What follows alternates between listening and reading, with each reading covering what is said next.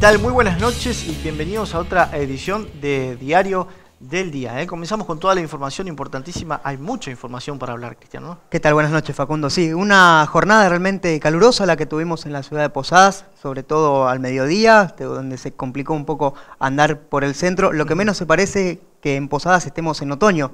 Salimos de casa un tanto abrigados muy temprano y ya durante el mediodía tenemos que sacarnos lo que tenemos porque se siente y mucho el calor en nuestra ciudad. El matecito hasta media mañana, después ya se complica porque se empieza a sentir bastante el calor, ¿no? Sí, como suele pasar en esta época. Igual el misionero es de tomar mate hasta el mediodía, siempre hay una oportunidad de recorrer algún lugar donde nos van a invitar un... ¿El tereré es válido? ¿Todavía se puede tomar? Sí, hay gente que lo toma. Yo no soy partidario de tomar tereré en otoño, pero bueno, hay gente que lo hace. Un poquito menos frío, no tan frío por lo menos como claro. lo tomamos en el verano, ¿no? Claro, lo importante es estar hidratado, pero hace calor en Posadas. Perfecto, un clima particular entonces también se presenta en la provincia de Misiones, en la ciudad de Posadas y también en todo el espectro político a nivel nacional y a nivel local, ¿no? Y a nivel nacional tenemos que hablar de la contundente victoria del PRO en Ciudad Autónoma de Buenos Aires, que el domingo pasado estuvo de elecciones, se realizaron las PASO, las elecciones primarias, donde el partido de Mauricio Macri, el actual jefe de gobierno, obtuvo una contundente victoria con el 47% de los votos de los porteños, ¿no? 47% para el PRO, 18% obtuvo el Frente para la Victoria y en segundo lugar quedó Martín Lustó con alrededor de 22% de los votos. Recuerden que estos son las primarias, pero lo cierto es que la contundente victoria del PRO en esa ciudad despierta, digamos, analizar varios puntos, ¿no? Por un lado, la consagración de Macri como el candidato a presidente por parte de todo el Frente Electoral opositor, ¿no? Que hasta hace algunos días por ahí Macri como que no molestaba, como que todavía estaba sentado en su sillón como jefe de gabinete y el kirchnerismo gobernando toda la nación, ¿no? Un candidato ya, Mauricio Macri, porque en Santa Fe y mucho más con esta victoria en Ciudad Autónoma tiene una autoridad particular que viene de la mano del esquema electoral, ¿no? Y política también para decir, dentro de lo que es el esquema de la oposición, para decir, muchachos, yo soy el candidato, ¿no? De hecho ya lo hizo y recuerden que hace muy poquito tiempo se realizó la Convención Nacional del Radicalismo y Mauricio Macri salió pocos días después a decir que él iba a ser el candidato y que incluso su candidato a vicepresidente no sería de este espacio del radicalismo. Lo cierto es que desde la oposición a la postura de Macri con respecto a estos temas, nadie ha sabido responder. Es decir, ninguno de los que conforman el sector de la oposición a nivel nacional han sabido responder a esta propuesta de que Macri sea el candidato de todo el frente opositor, ¿no? Macri ha resuelto además algo que era pesadísimo en realidad para cualquier funcionario y para más aquellos que están frente a los altos cargos públicos y sobre todo los ejecutivos, ¿no? Encontrar un sucesor, encontrar el heredero, es decir, el que lleve adelante el proyecto, ¿no? Macri por lo menos hasta ahora lo pudo resolver y viene de la mano de Rodríguez Larreta, lo designó a Rodríguez Larreta en cierta forma 2 semanas antes de que existan estas primarias en la ciudad autónoma y en cierta forma sí, generó una tendencia a decir, muchachos, este es el hombre que va a acompañar mi gestión, ¿no? Por un lado eso, y por el otro generó el clima para decir, bueno, tengo la mente en blanco y decir, ahora sí me dedico concretamente a la carrera por la presidencia de la nación. Lo malo es que los escenarios victoriosos para Macri han terminado, ¿no?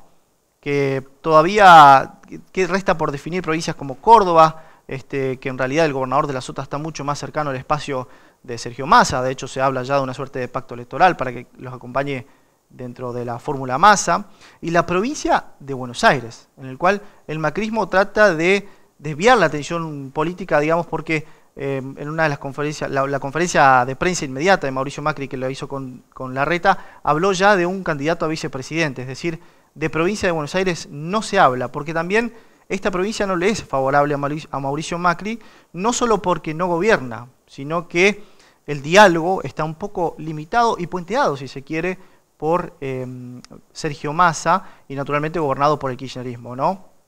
Sergio Massa que también busca reinventarse y este próximo viernes va a hacer un relanzamiento de su candidatura en el estadio de Vélez. Tiene un gran desafío por delante Sergio Massa, que dejó también estas elecciones primarias en la ciudad autónoma de Buenos Aires. La vejez política, diría yo. Es decir, encolumnarse detrás de una figura joven, ¿no? Lo viejo que intenta quizás disfrazarse detrás de lo nuevo, aquello que ha tenido poca participación política, incluso por miedos propios de decir de que ese candidato no gane, o por lo menos no tenga, o se manejaba la posibilidad de que la opción de derrota electoral, ¿no? En este sentido están Ernesto Sanz y Elisa Carrió, detrás de la figura de Martín Lustó.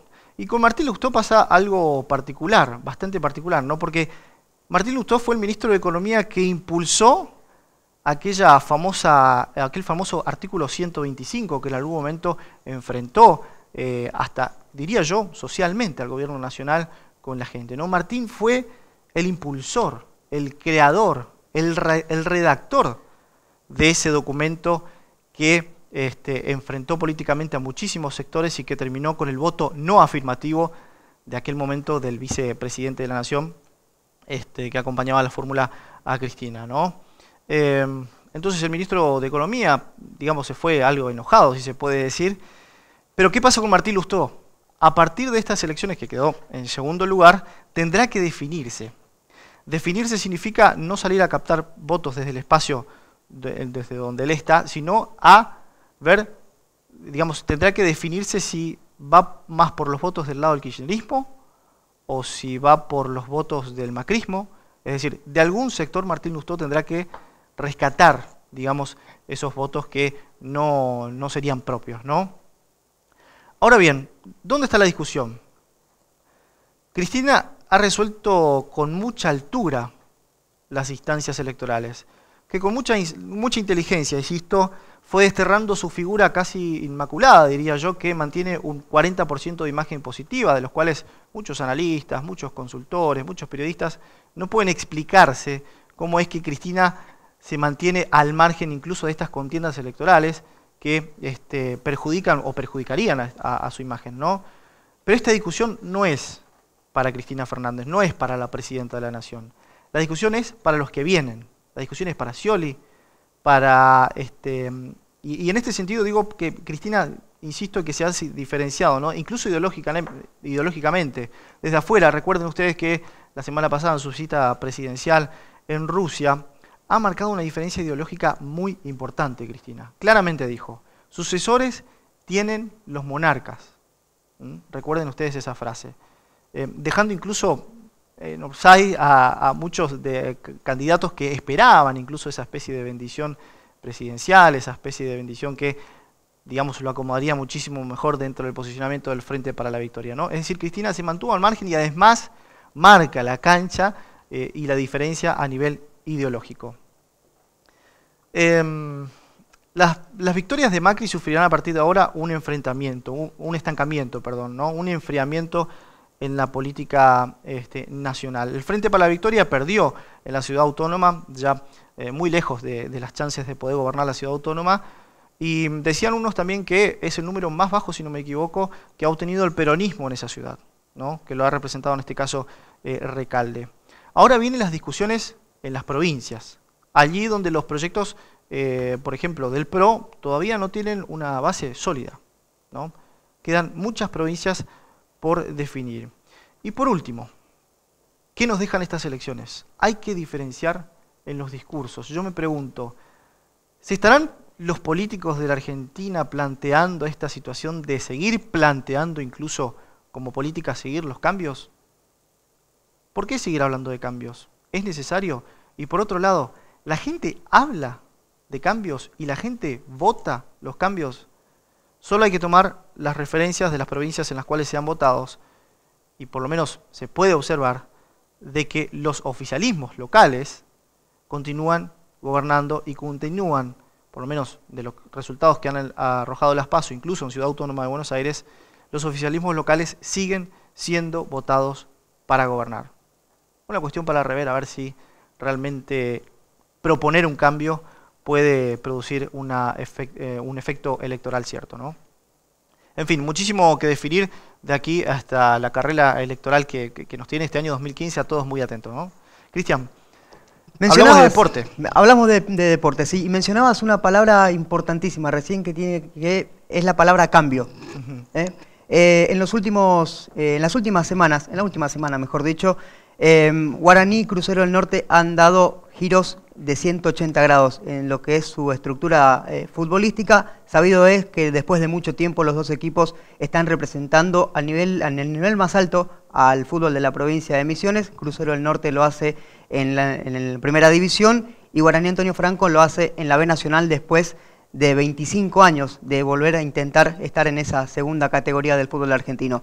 En la última semana, decía, hubo cambios. Primero fue Crucero del Norte cuando el presidente de esa institución, Julio Koropesky, decidió no renovarle el vínculo al entrenador Gabriel Schurrer, vínculo que vencía el 30 de junio. A partir de ahí, Crucero del Norte buscará un nuevo entrenador. Hasta anoche que se supo quién iba a ser el nuevo entrenador de Crucero del Norte. Lo cierto es que la semana pasada hubo una conferencia de prensa donde a quien no se le iba a renovar ese vínculo, hablamos de Gabriel Schurrer, decidió en un muy buen gesto dar un paso al costado por el proyecto deportivo que tenía la institución de Santa Inés. Diferente la historia en Guaraní Antonio Franco, resultados que han desgastado la relación del entrenador José María Bianco con el cuerpo técnico, con los jugadores y también con los propios hinchas franjeados. Vamos a ver algunas placas, empezando primero por Crucero del Norte, para ver cómo ha sido el balance deportivo de Gabriel Schurrer, los números, con un logro más que histórico para la institución de Santa Inés, como fue el ascenso a la primera división del fútbol argentino. Vemos en la placa a continuación los 47 partidos jugados que tuvo el técnico de Crucero del Norte, 16 de ellos ganados, 10 empates y 21 derrotas.